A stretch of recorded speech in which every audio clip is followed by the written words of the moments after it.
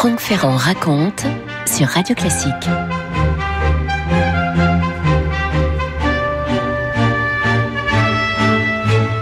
Ainsi, nous célébrons aujourd'hui le centenaire de la mort de Marcel Proust, survenu à Paris, rue Hamelin, le 18 novembre 1922. Pour l'autre centenaire, celui de la naissance, en 1971, un musicologue français que j'ai plaisir à saluer, Joël-Marie Fauquet, s'était rendu à Montfort-l'Amaury pour y rencontrer celle qui avait été la gardienne du Belvédère. Le Belvédère, c'est la maison de Maurice Ravel à Montfort-l'Amaury.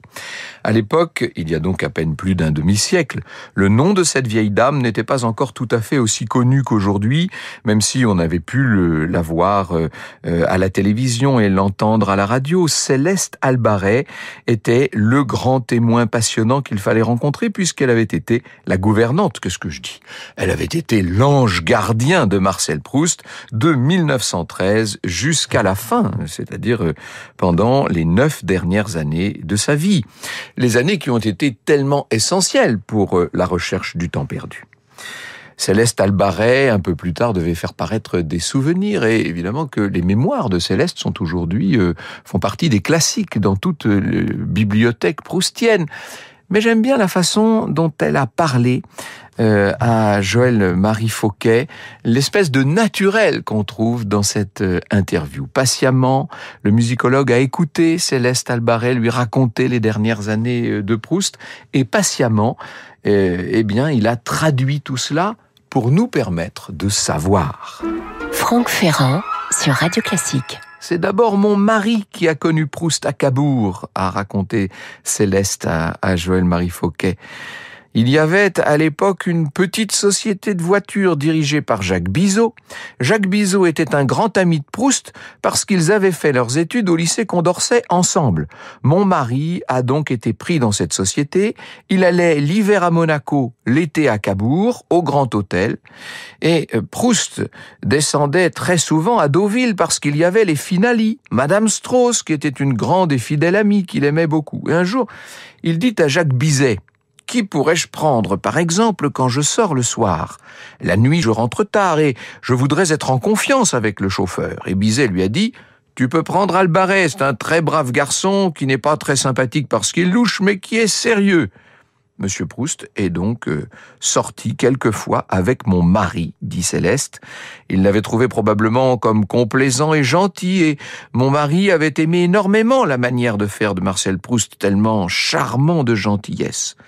Et quand cette affaire a fini, parce que tous les gens qui avaient coupé, qui avaient découpé, c'était des voitures à cheval, à l'époque bien entendu, tous ces gens-là avaient acheté des voitures, il n'y avait donc plus d'objets de cette société. Proust a demandé à mon mari: « Qu'est-ce que vous faites quand vous êtes à Paris ?» Et mon mari a répondu: « Je fais le taxi. Et si je vous le demandais, est-ce que vous me sortiriez ?» Et voilà comment Monsieur Albaret, celui qui allait bientôt devenir le mari de Céleste, est devenu le chauffeur de Marcel Proust. Et d'ailleurs, il lui dit quelque temps plus tard: « Ah, monsieur Proust, je vais me marier. Et quel jour ?» demande Proust. Mon mari, puisque c'est Céleste qui raconte, lui dit: « Je me marie le 27 mars 1913. » Et à son grand étonnement, il lui a envoyé un très long télégramme de vœux de bonheur. Et mon mari a été très ému. Juste on partait à la messe, touché de cette amabilité. Il ne pensait pas qu'il ait eu droit à un souvenir. Il a eu la larme à l'œil et je lui dis: « Ah, mon Dieu, mais qu'est-ce qu'il y a ? Oh, me dit-il, c'est un client que j'ai qui est extraordinaire de gentillesse. Je n'aurais jamais cru qu'il m'aurait envoyé ce télégramme. » Et c'est bien sûr cet Albaret qui va emmener sa jeune épouse chez Marcel Proust. Alors, au début, il s'agit de faire quelques petites courses, notamment Céleste reçoit comme mission de porter à un certain nombre des destinataires de Proust les livres dédicacés qu'il veut bien leur envoyer. Et évidemment, pour elle, c'est plus au départ une distraction, c'est plus une occupation qu'autre chose.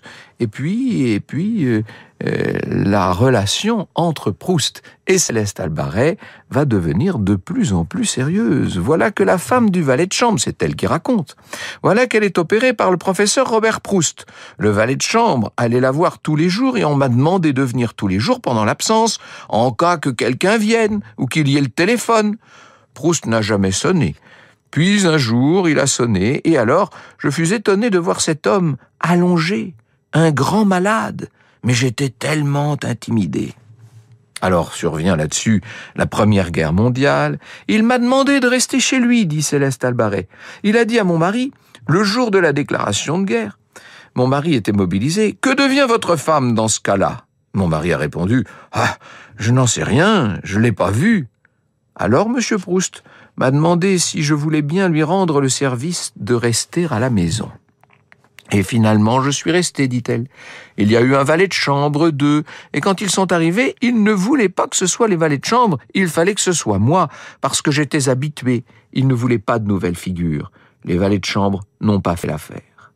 Après, raconte Céleste Albaret, quand nous sommes rentrés de Cabourg, parce que j'ai été avec M. Proust à Cabourg en 1914, il m'a dit « Eh bien, Céleste, on va, si vous voulez bien, rester comme ça. Vous avez l'habitude de mes papiers, l'habitude de mes affaires. » Et il n'est jamais plus parti, dit-elle, plus jamais.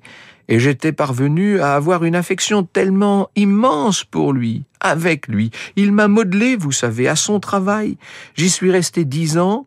Je ne me suis jamais couché la nuit parce que lui, évidemment, il travaillait toute la nuit. Vous écoutez Radio Classique. Ce qui est passionnant dans les petits détails que nous donne Céleste, c'est qu'on a l'impression de voir les coulisses d'une très grande création. Vous imaginez cet auteur qui vit dans son œuvre, qui vit pour son œuvre, qui est en train d'instituer, qui est en train de donner vie à une œuvre-monde. Cet auteur, dont on ne sait somme toute pas grand-chose, les récits qu'on a de lui sont toujours un peu stéréotypés, et voilà qu'elle nous raconte comment il était, ce qu'il mangeait ou buvait. D'ailleurs, il ne mangeait quasiment rien, un croissant de temps en temps, il ne buvait jamais d'alcool, juste de l'essence de café, et même à la fin, dit-elle, il ne prenait plus rien, je ne sais pas de quoi il vivait, il avait toujours ce teint nacré, il avait un cerne énorme sous les yeux, mais il y avait dans ses yeux une lumière. Dit Céleste Albaret, c'était un soleil étincelant. La vie de Proust est restée en moi un souvenir vivant, racontera-t-elle. Et je reste toujours en contact avec lui, avec cette atmosphère, avec cet homme extraordinaire. Il avait des mains ravissantes, des gestes gracieux, c'était un petit prince. Il travaillait trop. Des fois, je restais toute la nuit avec lui, il me parlait d'une chose, d'une autre. On lui organisait ses cahiers, ou bien il m'appelait qu'il était 5 heures du matin. Il me disait « ce que je suis fatigué, mais je suis content. J'ai écrit quelque chose de très bien. Tant mieux, monsieur, je disais. » Il répondait « Voilà » et me montrait toutes les pages qu'il avait écrites, et d'autres fois, il me recevait en disant « j'aurais mieux fait de me coucher, cela ne vaut rien ce que j'ai fait. »« que vous dites, monsieur ?» je répondais. « ce n'est pas ce que je veux. » Il était magistral, dit-elle, extraordinaire. Le mot revient tellement souvent dans le témoignage de Céleste Albaret. La façon, la volonté du travail, il n'a vécu que pour ce livre, tout le monde le sait. On ne peut pas le croire, il a fait abnégation de tout pour son œuvre, et il avait une peur terrible, c'était de ne pas la finir. Et puis, le jour qu'il a mis le dernier mot, il m'a dit « Céleste, si vous saviez la grande nouvelle qui s'est passée cette nuit, parce que le jour était pour nous la nuit, et quand je suis arrivé à 4 heures, il était heureux, il était content, il me dit « Devinez ce qui s'est passé cette nuit.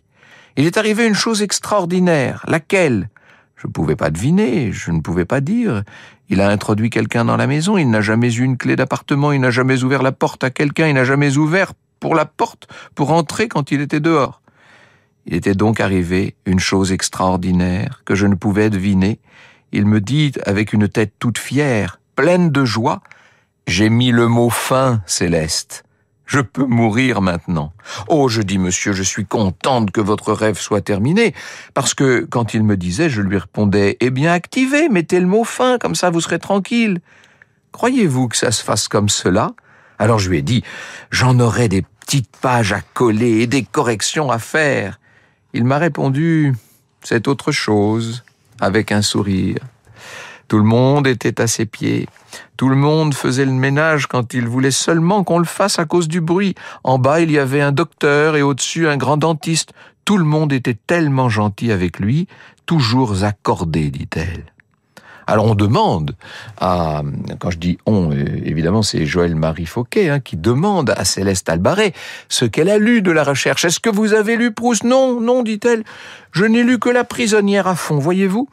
L'œuvre de Proust, elle est longue, c'est dur, et moi je ne suis pas à la hauteur pour faire avec tout ça.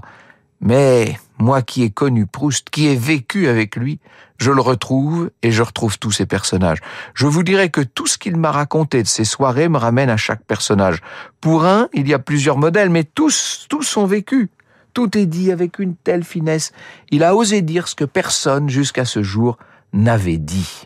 Un jour, il m'a confié « Chère Céleste, vous savez, dans la vie, on peut tout dire si on sait dire. » Ah oui, monsieur, et vous savez dire, oui. Je crois que Marcel Proust sait dire. On se rend compte dans les dialogues tels que nous les relate Céleste Albaret que, assez souvent, Proust parlait de lui à la troisième personne. Il avait la conviction qu'il serait lu, dit-elle. Il m'a dit « Je vais mourir, Céleste, bientôt. Ah, vous me parlez toujours de votre mort. Allons, je mourrai avant vous, monsieur. Oh non. Non, Céleste, voyez-vous, ma chère Céleste, si je vous ai parlé de ma mort, c'est que je la sens. Je vais vous expliquer, toute ma vie j'ai été malade. Mon régime n'est pas pour me faire bien portant, je reste enfermé, je n'ai pas d'air, j'ai eu tellement de crises, j'ai tellement étouffé que mon cœur est usé par l'effort de la respiration, et mes bronches sont du caoutchouc qui n'ont plus aucune élasticité. Non, je ne vivrai pas vieux. Je vais vous dire, quand quelqu'un vous parle de la mort, c'est qu'il la sent, moi je la sens. Je mourrai bientôt, mais vous vivrez, et vous assisterez à l'évolution de mon livre, et le monde entier me lira, je vous le dis. Et si Stendhal a mis 100 ans pour être connu, alors il prenait un petit air naïf, nous dit-elle, Marcel Proust en mettra à peine 50. Franck Ferrand sur Radio Classique. En 1952, Léon Guillot de Sées avait déjà rencontré Céleste Albaret et elle lui avait raconté les derniers instants de Marcel Proust. J'ai entre les mains le numéro 134 des Cahiers de Lerne consacré à Proust où figurent les témoignages sur lesquels je me suis appuyé, plus qu'appuyé ce matin, les témoignages que je vous livre en quelque sorte. Dans l'après-midi, il suffoque. En fait, c'est Céleste Albaret qui parle à travers la plume de Léon Guillot de Sées. Dans l'après-midi, il suffoque. Elle est effrayée malgré la défense de Proust. Elle fait venir le docteur, Céleste, et Marcel est furieux. Il se laisse pourtant faire une piqûre, mais en silence. Et quand Céleste soulève le drap, il pince au poignet jusqu'au sang celle qui, en vérité, a enfreint ses ordres, nous dit-il. Son frère Robert est auprès de lui, qui lui tient la main. Marcel sans doute prie, il prie comme au temps de sa première communion, il prie pour son œuvre, pour qu'elle vive, elle, son unique maîtresse. Vers 3 heures, Robert entreprend de lui poser des ventouses et s'excuse. « Je te fatigue, mon petit Marcel. »« Oh oui, mon cher Robert. » Ce furent ses derniers mots. 5 heures sonnent, et tandis qu'en ses yeux s'éteint sous des aubépines en fleurs le pan de muraille jaune peint par Vermeer, quand ses narines se dilatent le parfum vanillé d'une madeleine trempée dans du thé fumant, ses lèvres pâlies et desséchées n'ont même plus la force de laisser passer dans le dernier souffle le mot qui avec la vie exhale de son cœur « Maman ». La petite flamme qui tremblait encore en lui s'est éteinte comme celle d'une bougie. La tête est retombée, Céleste s'empresse de prévenir Reynaldo, à qui incombera la triste tâche de propager la fatale nouvelle. Il appelle d'abord Lucien Daudet. « Allô, c'est vous, Lucien ?» Marcel est... Oui. Franck Ferrand sur Radio Classique. Je n'ai quitté, dira Céleste Albaret, je n'ai quitté Monsieur Proust qu'au cimetière, et même alors je n'y croyais pas. Et puis un jour, il y a eu cette chose extraordinaire. Comme j'étais descendu de l'appartement, j'ai vu soudain la vitrine de la librairie qui était près de la maison rue Hamelin. Elle brillait de lumière. Et derrière la glace, il y avait les ouvrages parus de Monsieur Proust, 3 par 3.